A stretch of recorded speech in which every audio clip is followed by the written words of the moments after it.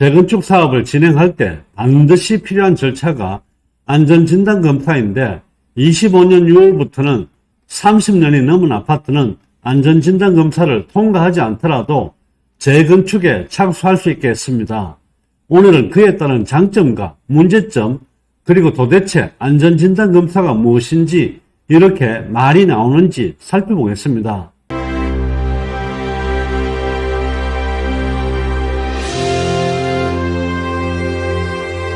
24년 11월 15일 중앙일보 기사 내용입니다. 30년 넘은 아파트 내년 6월부터 안전진단 없이 재건축이 가능하다는 내용입니다. 기사 내용을 살펴보시게 되면 도시정비법 개정안이 통과가 되었습니다. 내년 6월부터 지은 지 30년이 넘은 아파트는 안전진단검사를 통과하지 않더라도 재건축에 착수할 수 있게 된다. 이를 통해 재건축 사업 기간이 지금보다 3년가량 줄어들 것으로 전망된다.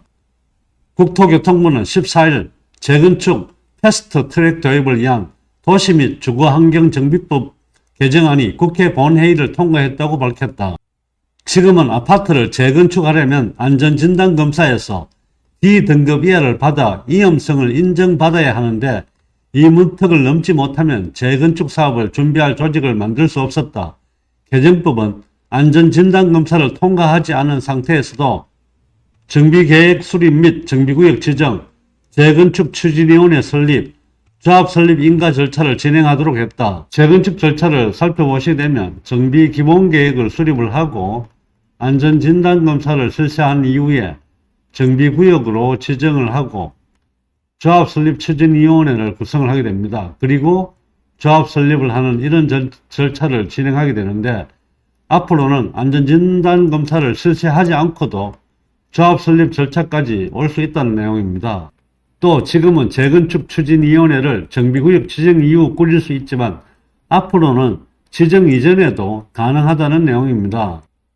지방자치단체의 현지 조사 없이도 주민이 원하는 경우에는 재건축 추진단을 추진하고 연접단지와 통합해서 재건축 진단을 할 수 있다는 내용인데 이와 함께 안전진단의 명칭도 재건축 진단으로 바꾸고 재건축 진단의 실시 기한을 사업 시행계획 인가 전까지로 늦추는 내용을 담았다는 내용입니다. 앞에서 잠시 절차를 살펴보셨는데 다시 한번 살펴보면 기본계획을 수립하고 안전진단검사, 구역지정, 추진위원회 구성, 조합 설립 인가, 사업 시행계획 인가가 진행이 됩니다.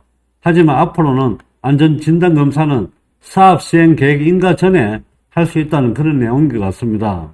여기서 안전진단검사에 대해서 한번 살펴보겠습니다. 안전진단검사가 도대체 무엇이길래 이렇게 내용이 나오는지 살펴보시게 되면 먼저 안전진단검사를 하는 항목이 있습니다. 구조안전성, 주거환경, 설비 노후도, 비용 편익 이렇게 나타나는데 설비 노후도와 비용 편익은 역대 정권에서 다 살펴보더라도 크게 변화가 없습니다. 단지 구조안전성과 주거환경에 따라서 역대 정권에 따라서 정책을 달리 보는 경우가 많이 있었습니다.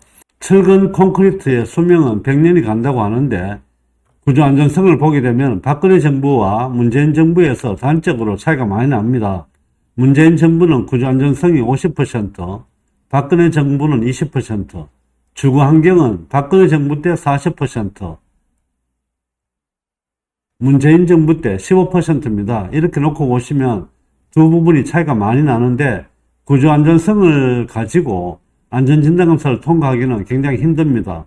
주변의 열악한 점을 이유로 들어서 재건축의 안전진단검사를 통과하기가 훨씬 쉽습니다. 이런 부분들이 결국은 이번에는 안전진단검사를 실시하지 않더라도 재건축 사업에 착수할 수 있도록 이렇게 법률을 바꾸는 것 같습니다. 역대 정권이 재건축 사업의 일환으로 진행되어 왔던 안전진단검사가 이제는 재건축 진단으로 바뀌면서 어떤 결과가 나타날지 문제점도 분명히 있습니다. 이 부분에 대해서 한번 짚어보겠습니다. 이렇게 안전진단검사가 진행되었을 때 나타날 수 있는 문제점입니다. 재건축 난발로 인한 부동산 시장이 불안정해질 수 있습니다. 안전진단 없이 재건축이 가능해지면 재건축 대상 아파트가 급증하여 부동산 가격이 불안정해질 수 있는 부분이 있습니다. 또한 재건축이 필요하지 않은 멀쩡한 아파트까지 재건축 대상이 되어 자원이 낭비될 우려도 있고 주거 환경이 악화될 수도 있습니다. 재건축 대상 아파트가 증가하면서 일시적으로 이주 수요가 많아져 주변 지역의 전세 가격이 상승하고 이로 인해 주거 환경이 악화될 수도 있습니다. 인프라 부족도 들 수 있습니다. 재건축으로 인해 인구가 집중되면 도로, 학교, 병원 등의 인프라가 부족해져 생활에 불편함이 생길 수도 있으며 안전진단 없이 재건축이 가능해지면 투기 세력이 개입하여 부동산 시장이 교란될 수도 있습니다. 물론 이런 문제점들도 있지만 어떤 정책을 펴든지 간에 장단점은 있을 수밖에 없습니다. 이것을 어떻게 효율적으로 운영하느냐가 굉장히 중요하지 않을까 그렇게 생각을 합니다. 오늘은 재건축의 안전진단검사와 관련해서 영상을 올렸습니다. 오늘의 영상이 시청자 여러분들께 도움이 되셨기를 바라며 좋아요와 구독도 꼭 눌러주시기 바랍니다. 감사합니다.